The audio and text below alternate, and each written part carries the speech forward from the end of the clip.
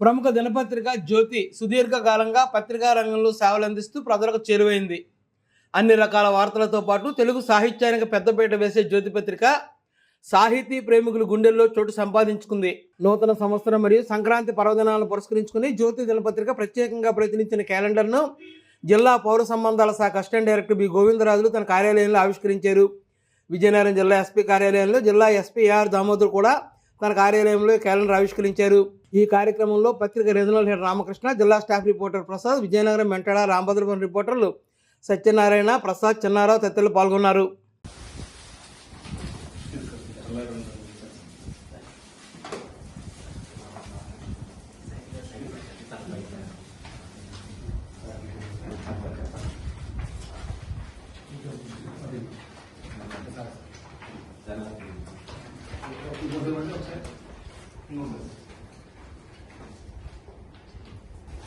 first photos